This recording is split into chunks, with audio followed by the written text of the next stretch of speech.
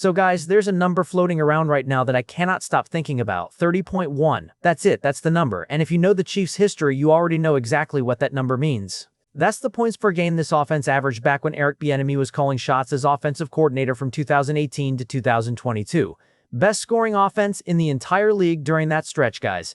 Now here's the part that's been eating at me. Since Bieniemy left, this offense has averaged just 9 points a game over 3 seasons. 19th in the league, and last year, even worse, 21. 3 points a game, still sitting at 19th overall. So now, that Bieniemy is back in Kansas City for 2026, the question everybody's asking is simple. Can he get this offense back to 30? In this video, I'm breaking down why I think that number is actually realistic this year. I'm talking the receiver room, the tight end situation, even what's happening up front on defense, because all of it ties into whether this team is genuinely heading back to its prime. So stick around, because I think the Chiefs are about to prove a lot of doubters wrong. What's up, Chiefs Kingdom? Welcome to the NFL Playbook Chiefs. If you're new here, don't forget to hit that subscribe button. Okay, so let's actually sit with that number for a second, because I think it's bigger than people are treating it. 30 points per game. That was the standard under Bieniemy. And honestly, I love that this is the conversation right now, because for years we've been judging this offense by the wrong stuff.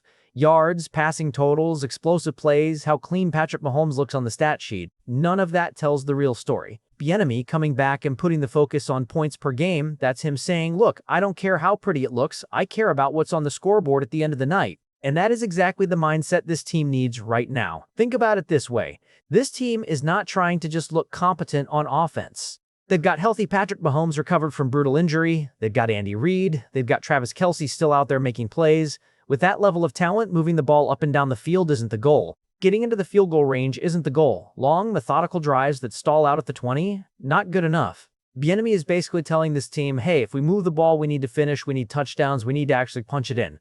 That's not style points, that's identity. And I think that's really what this whole thing comes down to, identity.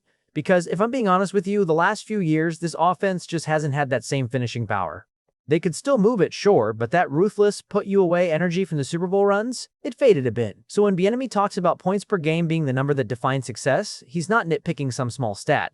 He's talking about who this offense is supposed to be at its best. And look, I don't think bringing Bieniemy back is just some nostalgia move either. I know some people want to frame it that way, like, oh, they're just bringing back a guy from the old glory days for sentimental reasons. I don't buy that. I think this is about bringing back somebody who actually remembers what this offense looked like operating at full speed. He knows the urgency it takes. He knows the discipline. He knows what accountability looks like in that building when this team was steamrolling people. And when you've got a great offense trying to find its sharpness again, having that voice in the room can matter a lot. So, when I look at this whole storyline, I keep coming back to one thing. This is Bieniemy drawing a line in the sand. He's not letting this team hide behind decent yardage totals or close losses or excuses about youth and injuries. He's saying, if this offense is supposed to be elite, then it needs to show up on the scoreboard, plain and simple. And with Mahomes and Reid still running things, I don't think this team should settle for being just good. They should be chasing that elite production again, and points per game is honestly the cleanest way to measure if they're actually getting there. Now, here's where I want to pivot a little, because I think there's actual evidence on this roster that supports this offense getting back to that level, and it starts with the receiver room. I know, a lot of you are probably a little nervous about that group, and look, I get it, but I actually think there's real reason for optimism if you dig into the context. Xavier Worthy played basically the entire season hurt last year, like 99% of it. Rice missed the first 6 weeks dealing with a suspension, then he's trying to get back into rhythm after basically being away from real football for a stretch. And I'll be honest, I come from a martial arts background, I watch a ton of UFC, and ring rust is real for fighters who've been out of the octagon too long. I think that absolutely carries over to football.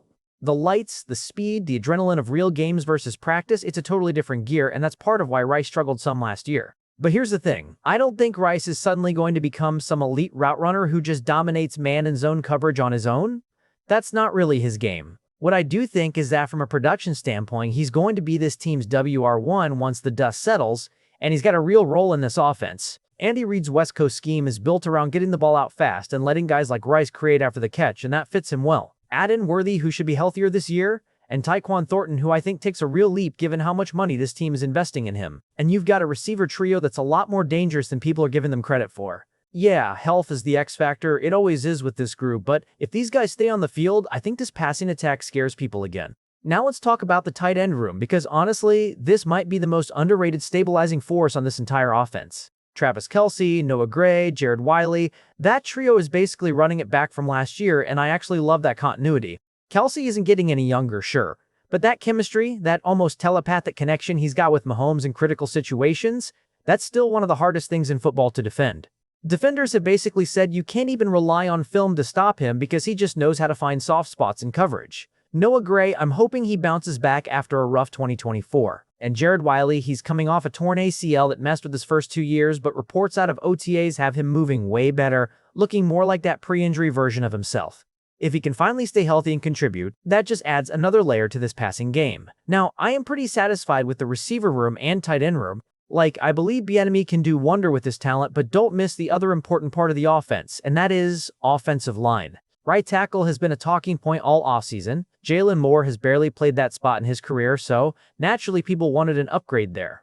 Well, it looks like the Chiefs might be addressing it from within. They've got an undrafted tackle out of Indiana, Khalil Benson, working in, and Issa Poole is also getting reps on the right side. They even traded away Wanya Morris, which tells me they actually believe in the depth they've built in that room rather than panicking and going outside for a veteran.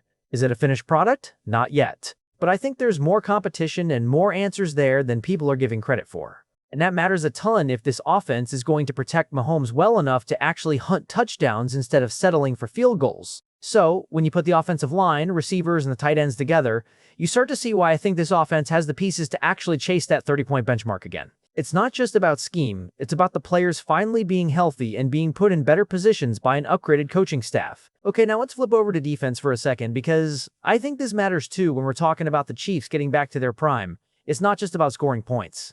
It's about giving the offense a fair shot by not bleeding points on the other side. And I'm actually optimistic here too, specifically with the interior of the defensive line. Last year, this defense was bottom 7 in sacks and 4th worst on third down. That's just not good enough, period. But this year, I think the interior got a real upgrade. Peter Woods is someone I'm watching closely. I think he's a legitimate X factor and needs to step up early. Khyiris Tonga coming in at nose tackle, from what I'm seeing, he's got more juice, more disruption ability than what they had at that spot last season. If that interior can hold up and give Chris Jones some actual help, even just allowing him to rotate and rest a bit here and there, that opens up the whole pass rush. That's huge, because when you can get after the quarterback up front, it changes everything for the back end of that defense too. So when I put this all together, the receiver room trending toward health and production, the tight end group bringing stability, and that Kelce factor, and the interior defensive line actually getting reinforced for once, I don't think it's crazy at all to say this team has the foundation to get back to that Bieniemy standard. 30.1 points per game isn't some unreachable fantasy number. It's literally what this same coaching staff already proved they could do with this same quarterback. The pieces are different now, sure, but the formula, the West Coast quick strike passing game, the playmakers after the catch, the discipline in the run game, that's all still there. And that's why I keep coming back to this idea. The Chiefs are not rebuilding. They're not some team trying to figure out their identity from scratch. They're a team that knows exactly what their best version looks like, and they just brought back the guy who helped build it the first time. So, when people ask me if this team can get back to their prime, I genuinely believe the answer is yes, and I think this season is going to show it. Let me know down in the comments, do you think Bieniemy gets this offense back to that 30-point mark? Drop your thoughts, and until next time, let's go, let's freaking go.